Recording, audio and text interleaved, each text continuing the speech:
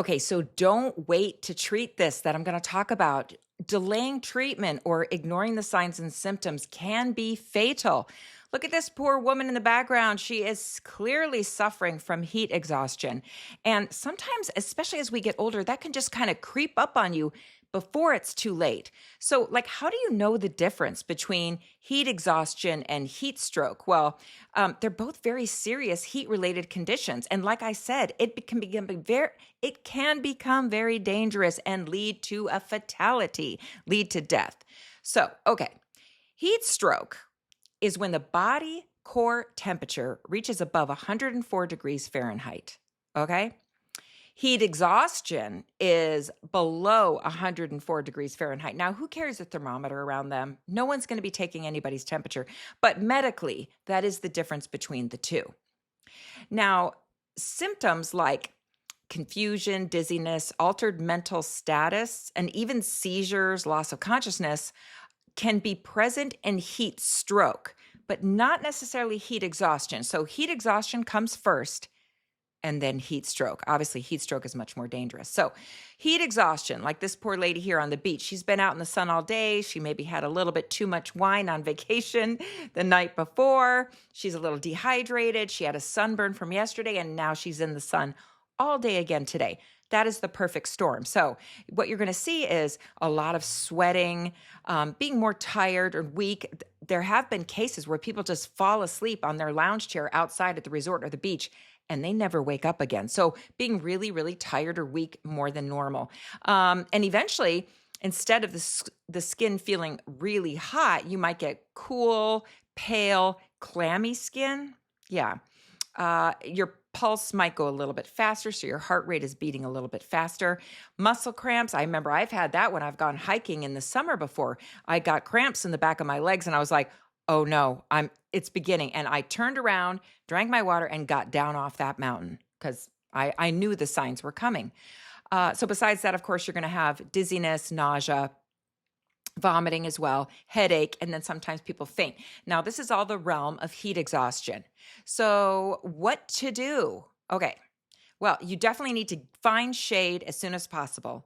If you have water, I think it's a really good idea to drink the water and dump the water on you too. You want to get your clothing wet because as the wind or a breeze blows on it, it does help cool you down.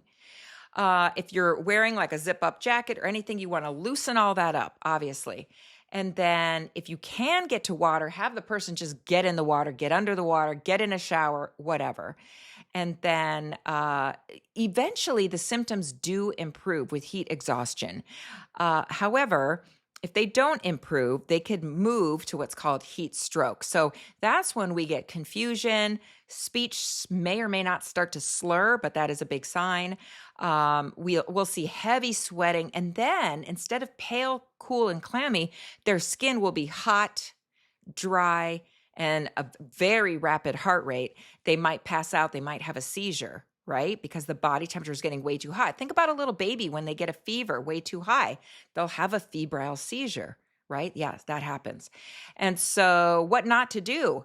When you're dealing with heat stroke, you don't want to just be like, okay, just keep doing water, instead of calling 911. Like you're calling 911. Yeah, you're not waiting anymore. You're not delaying. You're getting help as soon as possible.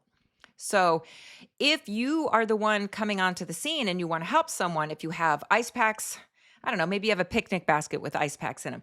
You want to put ice packs under their arms, around their neck, like anywhere that face. And when I do that, I keep kind of moving the ice packs around. Again, I live in a very hot climate, so I've had some close calls myself. And so, yeah.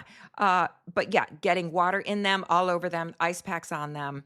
And then you're waiting for 911 because they're going to arrive. At least here in Arizona, the fire department, they carry they're kind of these ice sheets, and they can get the patient in it. They dump a ton of ice in and they wrap them up. They're literally like a popsicle. So that's kind of wonderful. But that is what not to do. Here's some more what not to do. Do not give Tylenol or aspirin.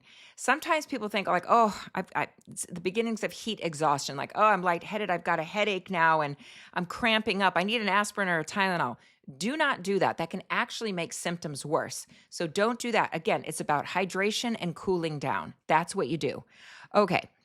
And then Heat cramps. Now, that's like a milder form of a heat related illness, like having heat cramps. So, this can just be like the start of muscle spasms in the legs or the arms. That's what I had. As soon as that kicked in, I got off that mountain because I knew the next stage was heat exhaustion and then heat stroke. So, they are these little symptoms of like legs or arms or even around the torso, the trunk, getting these little spasms or cramps. That is your body telling you, slow down, drink some water, find some shade, get cool. Okay. And then just don't keep going on that hike or that run or off into the desert. We have had 2 young people die recently in our desert here in Arizona because of heat related illness. And they were young, athletic, and in really good shape. So, what does that mean for the rest of us that are not young anymore and athletic and good shape? So, it's very important to watch these signs and symptoms. And so, even though the heat cramps, like getting the muscle cramps, that is the first sign, it can be a precursor moving into full on heat exhaustion. So, pay attention and take it seriously. So, if someone is going past heat exhaustion, and you know that, like if you're getting headache, lightheaded, you're getting the cramps, you're drinking water, you got cool, and you're like, oh, wait a minute, I feel so much better. My symptoms resolve. Then you're good. But if you're not getting better and it moves into heat stroke, you must call 911 because now you're in deadly territory. And this is just what's so sad about these young people that went hiking here. And I go like this because the desert's off there with lots of trails. And one, they were hiking alone. And the rule here in Arizona in the desert is when you're hiking out and you get halfway through your water, but you're not halfway, like you turn around. You turn around and go back because you're halfway through your water. And I don't know why people from out of town always think it's a good idea to go hiking and exploring in the midday heat. We don't do that here, those of us that live here. So unless you do it really, really early in the morning or really into the evening, but it's really still hot at those times. So these rules still apply, but at least there's more shade at those times of day. Okay, so always get emergency activity, like have a cell phone, be able to call 911. These are simple things, but they're kind of serious. Okay, I hope that was helpful in learning about the difference between simple cramps, which are just heat cramps, versus heat exhaustion, which is the next phase, and then heat stroke. Okay, be safe out there this summer.